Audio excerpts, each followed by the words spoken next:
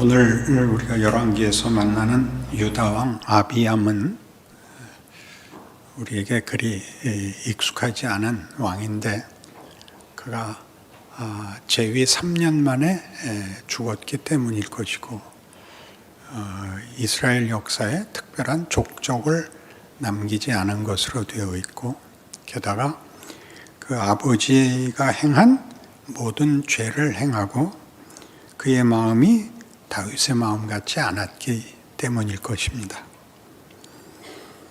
그런데 여기 본문 2절에 보면 예루살렘에서 3년 동안 다스리고 그의 어머니의 이름은 마아가고 마아가는 압살롬의 딸입니다. 아비살롬이라고 풀어 써져 있는데 압살롬의 딸이니까 그리 멀지 않죠. 솔로몬 때의 사람일 테고 르호보암은 그 아래니까 이 마아가는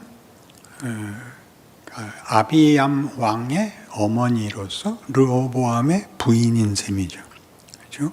하나도 복잡하지 않은데 복잡하게 들립니다. 그런데 그가 그 여호와 보시기에 잘못했는데 하나님이 다윗을 기억하사 그를 이어 아사를 왕으로 세워 하나님의 그 은혜를 이어가기로 했다. 그렇게 나옵니다. 그러니까 아비암의 자식은 아사인 것이죠.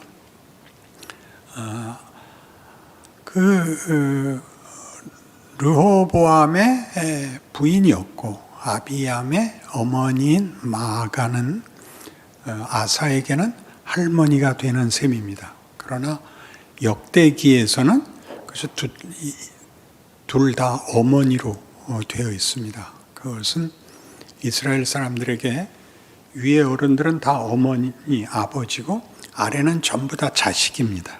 그래서 여러분 잘 아시는 영화 벤허는 벤훌, 훌의 자손이라는 뜻입니다. 유다가 이름이고 유다, 허씨 집안 이렇게도 번역했는데 훌의 자손입니다. 훌의 아들 그러면 그냥 훌 다음이 되는데 벤이라는 말이 이렇게 후손 전부를 칭하는 표현인 것과 같습니다. 근데 이 얘기를 왜 성경이 계속하느냐 하면 어머니들의 역할이 매우 중요했기 때문입니다. 역대하 11장으로 가보시면 670페이지에 역대하 11장 18절 이하에 이 집안 내력을 설명합니다. 르호보암이 다윗의 아들 여라못의 딸 마할랏을 아내로 삼았으니 마할랏은 이세 아들 엘리압의 딸 아비하일의 소생이라. 그가 아들들 곧 여우스와 스마랴와 사함을 낳았으며 그 후에 압살롬의 딸 마아가에게 장가들었더니 그가 아비야와 이때와 시사와 슬로밋을 낳았더라. 여기 아비야가 나오죠. 아까 열왕기에는 아비얌이라고 되어 있지만 여기서는 아비야입니다. 르호보암은 아내 18명과 첩 60명을 거느려 아들 28명과 딸 60명을 낳았으니 압살롬의 딸 마아가를 모든 처첩보다 더 사랑하여 르호보암은 마아가의 아들 아비야를 후계자로 세웠으니 이는 그의 형제들 가운데 지도자로 삼아 왕으로 세우고자 함이었더라. 르호보암이 지혜롭게 행하여 그의 모든 아들을 유다와 베냐민의 온 땅 모든 견고한 성읍에 흩어 살게 하고 양식을 후히 주고 아내를 많이 구하여 주었더라. 여기에 이제 르호보암이 자기의 원래 그 아내가 아니라 처첩 중에 하나인 마아가를 더 사랑해서 마아가가 난 이름이 왔다 갔다 하죠. 어디 갔어요? 마아가가 자기가 난 아들 아비야에게 그 왕위를 물려줬다 그럽니다. 히브리어나 이 셈족 언어들은 아가 많습니다. 모음이 아가 많아서. 근데 르호보암의 어머니는 나아마라고 이제 앞에 소개되는데, 그의 어머니가 나아마면 솔로몬의 아내잖아요. 근데 솔로몬의 아내는 원래 솔로몬이 시작할 때 애굽 왕 바로와 혼인 관계, 사돈을 맺어서 바로의 아마 딸과 결혼했을 텐데, 르호보암은 그러니까 정실 부인이 아닌 처첩 중에 혹은 후궁 중에 누구였을 나아마가 낳았는데, 성경은 그가 암몬 사람이라 그렇게 꼭 두 번이나 반복해서 기록합니다. 암몬 사람이란 이제 특별한 아세라, 밀곰 같은 국가신을 섬기던 사람이었기 때문에 솔로몬 때에도 아세라 우상이 들어오고 르호보암 때도 아세라 우상이 들어옵니다. 그래서 마가도 아세라 우상에 친숙했던 것 같고, 나아마 황후와 마가 왕비 사이의 인척 관계는 밝혀져 있지 않은데, 나중에 보면 아사가 이 사람 이름이 이렇게 생각이 안 나나 모르겠습니다.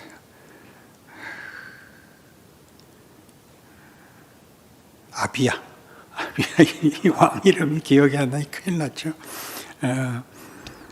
아비야를 마가가 낳아서 아사의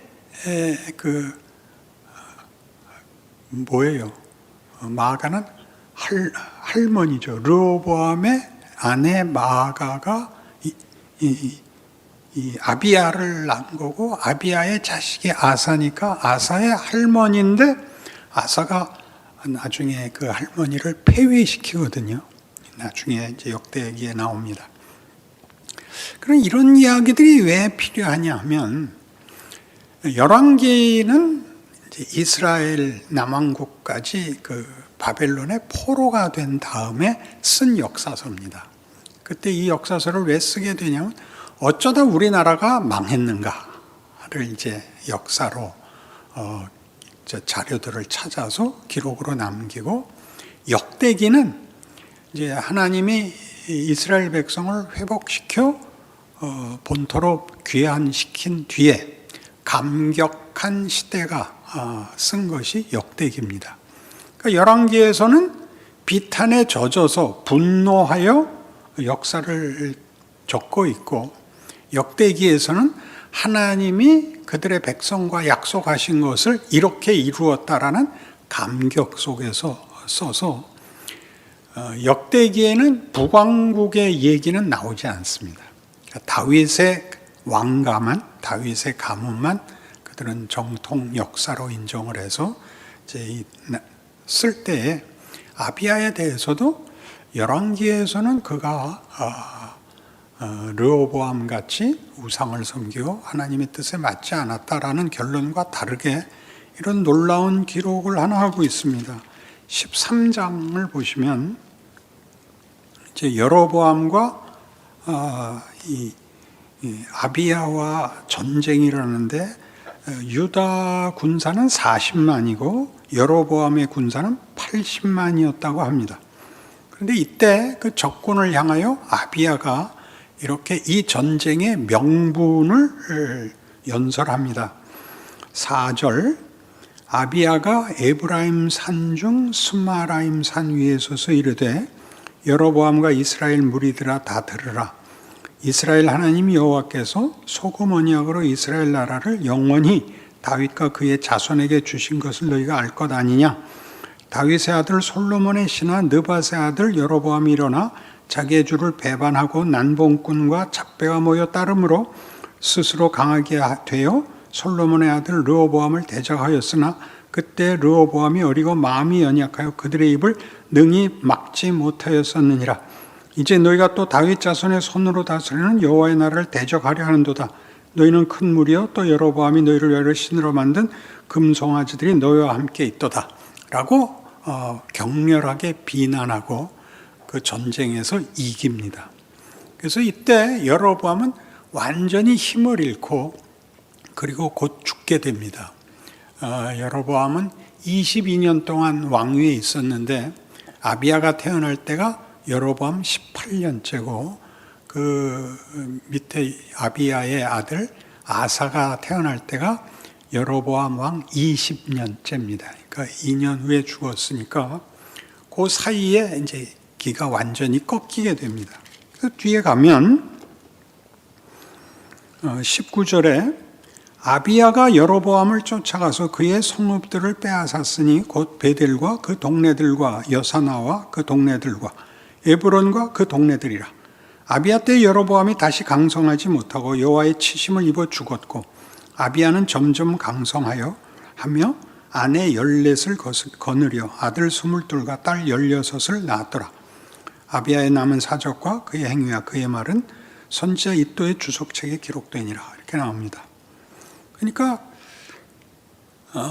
북왕국 여로보암 18년째 즉위했고 아사는 20년째 즉위했으니까 이 2년 남짓밖에 못 있었던 건데 만으로 치자면 그러니까 이 동안에 이 큰 전쟁을 치르고 점점 강해져서 여기 나오는 바와 같이 아내 14을 거느리고 아들 22을 낳고 딸 6을 낳았는데 죽어버립니다. 그러니까 이 문제는 약간 그 왕조 실록들이 그렇듯이 어떤 치부를 감추고 후세에 남겨놓는 것은 명분이 있는 것들만 남기기 때문에 여기 이제 표현이 없는 셈이죠. 그는 왕성하게 힘을 발휘하고 그것도 여호와 신앙을 회복했음에도 불구하고 죽습니다. 아마도 국내의 정치 세력 갈등 속에 죽은 것 같습니다.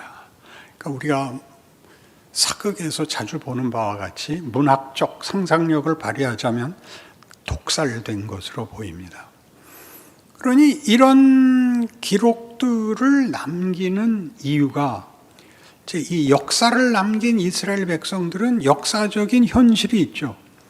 이스라엘 그 선민이 하나님을 모르는 바벨론의 포로가 되고 성전이 파괴되고 왕실의 왕들이 붙잡혀가고 하는 일들이 도대체 왜 일어났느냐에 그런 분함과 비난 일색으로 이 과거를 돌아보고 있는데 하나님께서는 이 북왕국 이스라엘을 아수르에 팔고 남왕국을 바벨론에 팔았다는 것은 값을 받아서가 아니라 내어준 바 된 일들을 뭘 그게 교훈이 된다고 남겼는가 하는 게 이제 우리의 독자의 질문이 됩니다. 쉬운 이해는 이분법입니다. 여호와를 따르면 성공하고 여호와를 배반하고 우상을 섬기면 망한다. 쉽습니다. 그러나 그 쉬운 얘기를 이 긴 세월 북왕국이 약 200년, 남왕국이 약 350년간을 반복적으로 행해가는 이유는 무엇인가 이거죠. 그러니까 이 아비야가 왕이 될 때 그 아버지와 어머니가 이 아들을 다른 아들들보다 더 사랑해서 28명의 아들 중에 아비야를 택하고 나머지는 혹시 문제가 있을까 봐 왕위에 오르지 못한 그 다른 형제들은 전국에 분산시켜서 탈이 없게 했다. 아까 우리 봤죠. 지혜롭게 행했다. 그러나 그렇게 간단하지 않다는 것 좀은 아시죠. 이 왕권을 둘러싼 그 정치 세력의 충돌이라는 것은 끝까지 그 귀추를 알 수가 없습니다. 여기에는 또 왕족의 모든 친척들이 섞이고 외척이 있고 이 친족들이 있는데 보통 외척의 세력이 큽니다. 왜 크냐 하면 그 자식을 그 부인이 낳지 않습니까? 왕비와 그 처가 쪽이 그 자식에 대한 애착심은 친가 쪽보다 더 강합니다. 그런 일들의 어떤 참혹한 반복되는, 그러니까 여호와의 신앙과 우상을 섬기는 헛된 신앙의 대치가 아니라 현실적으로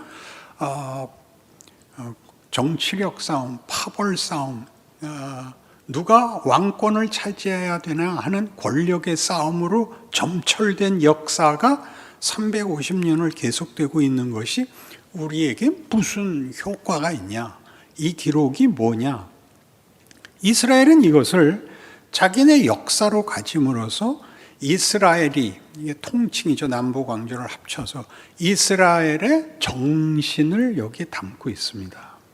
이스라엘의 정신을 담는다는 것은, 우리는 정신이라는 것이 완벽한 명분으로 초시간적인 진리라고 생각하는데, 역사를 보면 그런 모두가 항복할 만한 명분을 얻는 데는 길고 지난한 그 모순과 갈등과 실패의 역사를 갖는다고 얘기를 하는 거죠. 쉽게 하나님만이 최선이다, 하나님만이 유일하다, 이렇게 답을 얻는 과정은 마치 하나님과 우상 중에 아무도 다 신이 아니라 수단에 불과하고 변명에 불과했었다 하는 역사가 있었다고 얘기를 하는 것이죠. 그러니 우리가 예수를 믿고 나서 가장 크게 얻어 걸리는 시험이 뭐냐 하면, 예수를 믿기로 하면 그걸로 내가 할 일이 다 끝났다고 생각을 하고, 다 끝났는데 왜 현실적으로 다 끝난 고백, 그리고 다 바친 진심이 보상을 받지 못하는가에서 헤매게 됩니다. 우리는 사실 하루가 바쁩니다.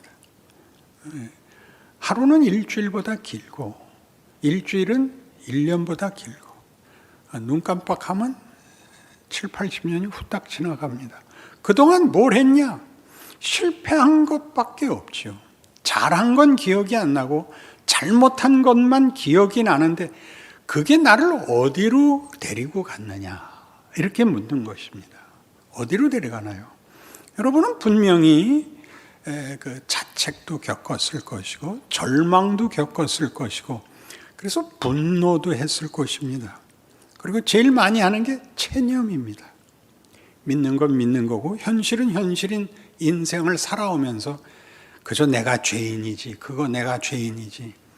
저희 어른 선배님들, 그 목사님들, 이제 다 돌아가신 분들이 평생 하는 말이, 설교를 하든 기도를 하든 대화를 하든 내가 죄인입니다, 이 말을 해야 저는 아무개입니다, 이렇게 명함을 내밀듯이 다 그냥 외운 구절같이 그렇게 얘기를 하곤 했습니다. 그래야 참으로 진실하고 말이 되고 이렇게 생각을 했는데, 그렇게 얘기하는 건 사실은 우리 인생이 만들어지는 과정이 이렇게 한 번의 진심, 한 번의 각오로 끝나는 게 아니라, 그 각오를 현실적 도전, 여기 지금 열왕기에서는 권력, 그 싸움 속에 들어가면 권력을 뺏기지 않기 위해서 무슨 짓이라도 하는 수밖에 없습니다. 살고 봐야 되니까. 그까짓 것 그냥 목숨을 바치면 되잖아. 그건 선택의 여지가 없을 때의 얘기고, 선택의 여지가 있으면 무슨 짓을 해서라도 사는 것이 첫 번째 책임입니다. 왜냐하면 비겁하게 다 타협하고 사는 게 그게 신앙이야? 죽는 게 최고의 포기입니다. 죽으면 끝입니다. 죽으면 더 이상 아무 책임이 없어집니다. 살면, 살아있는 동안은 매일이 마치 어제가 없었던 것 같이 새삼스럽게 아슬아슬합니다. 여기를 무슨 뚜렷한 어떤 승리의 기억, 뚜렷한 완벽한 해결이 없는 채로 살아야 하는 것이 사실 우리 신자들에게는 제일 괴로운 것입니다.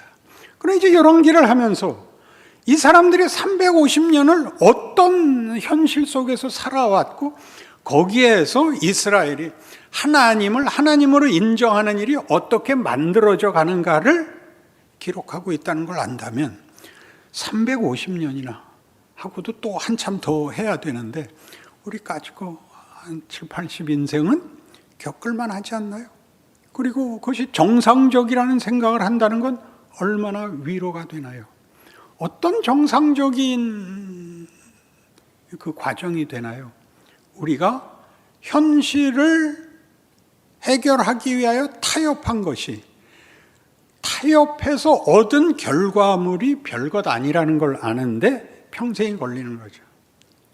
성공, 승리, 만족. 우리 보통 무병장수, 부귀영화, 만사형통이 살아보면 그게 아무것도 아니죠. 그게 아무것도 아니라는 걸 알아서 과거에 자기가 그 눈앞에 해결을 위하여 그저 실력이 없어서 타협하고 눈 질끈 감고 저질러버린 모든 비겁한 것들이 이제 내가 나를 버리고 취한 결과가 소용없는 짓이라는 걸 알게 된다면 선택은 딱 하나밖에 없습니다. 멋있어지는 수밖에 없습니다. 이제는 그런 거, 그러니까 여러분들이 신앙생활을 제대로 하고 있다면 이걸로 확인하면 됩니다. 내가 다시 젊은 때로 돌아간다면 이렇게 말하는 거는 가장 어리석은 얘기입니다. 그동안 여러분이 겪은 게 지금 만들어야 하는 결과를 부인하고 다시 돌아가면 실패하지 않는, 후회하지 않는 인생을 그걸 후회하시고 여러분이 절망하시는 것이 지금 여러분을 여기까지 만들어 오고 이끌어 왔다는 걸 거부한다면 구약이 필요 없죠. 이스라엘의 역사가 도대체 왜 있는 겁니까? 하나님이 왜 이렇게 긴 시간에 걸쳐서 이 씨름을 하시겠습니까? 이것이 하나님의 지혜고 이것이 하나님의 권능이기 때문에 그렇습니다. 시간은 그냥 흘러가지 않습니다. 시간은 쌓입니다. 그러니까 여기에 나온 이 이야기들, 아비야는 승승장구하고 마음껏 힘을 발휘하기 위해서 아내를 14, 아들이 22, 딸을 16이나 벌써 그때 왕이 된 지 2년밖에 안 되는 사이에 그 전부터 왕성한 이걸 가졌겠죠. 어떤 왕성한 의욕을 가졌느냐?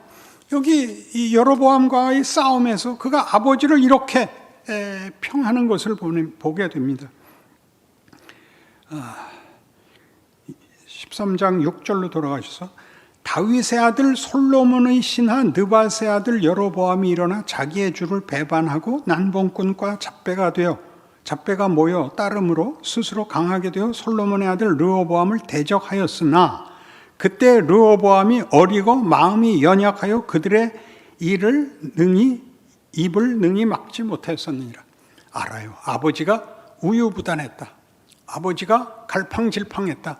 나는 그렇지 않다. 그래서 죽은 것 같습니다. 그러니까 그가 죽은 것이 문제가 아니라 이런 현실 속에서 하나님이 교훈을 만들고 있고 하나님이 목적한 결과를 만들어가고 있다는 사실을 모른다면 우리는 늘 반복적으로 말씀드리듯이 회개가 다고 정답을 말하는 게 다인 그런 거중만 신자이지 자기의 인생을, 자기의 현실을, 자기가 닥친 문제들에서 신자답게 되는 일에 대하여 성경에서 아무런 도움도 얻지 못한 자들이 되는 겁니다. 그러면 불행하지 않습니까? 이것도 저것도 아닌 인생을 살아서 빨리 죽어서 천국 갈 생각, 오늘 죽어도 천국 갈 자신 있느냐? 그게 다인 인생을 산다고요? 오늘을 살지 못하고 지금을 살지 못하고 현실에 내 앞에 주어진 도전 앞에서 신자가 어떻게 갈등하며 내가 어떤 과거의 그런 모든 것들을 거쳐와서 이 자리에 왔는가? 이 답들이 나오기 시작해야 될 거 아닙니까? 그렇죠.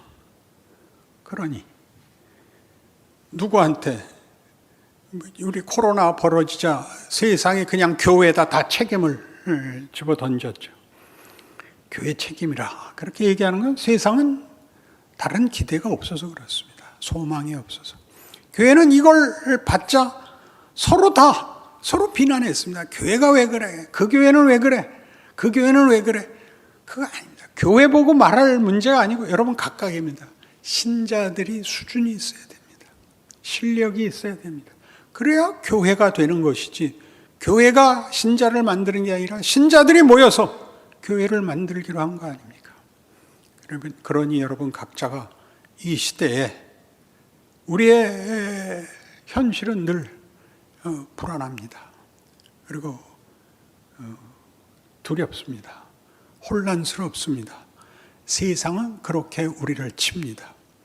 우리가 살아온 나날들의 경험들이 그 정체를, 세상이 우리를 어디에 끌고 가는가를 이해하신다면, 이제 간파하실 수 있다면 정당한 신앙생활이 여러분의 책임이고 여러분의 몫이고 여러분의 자랑이 되어야 할 것입니다. 그 인생 사시는 여러분이시기 바랍니다. 기도합시다.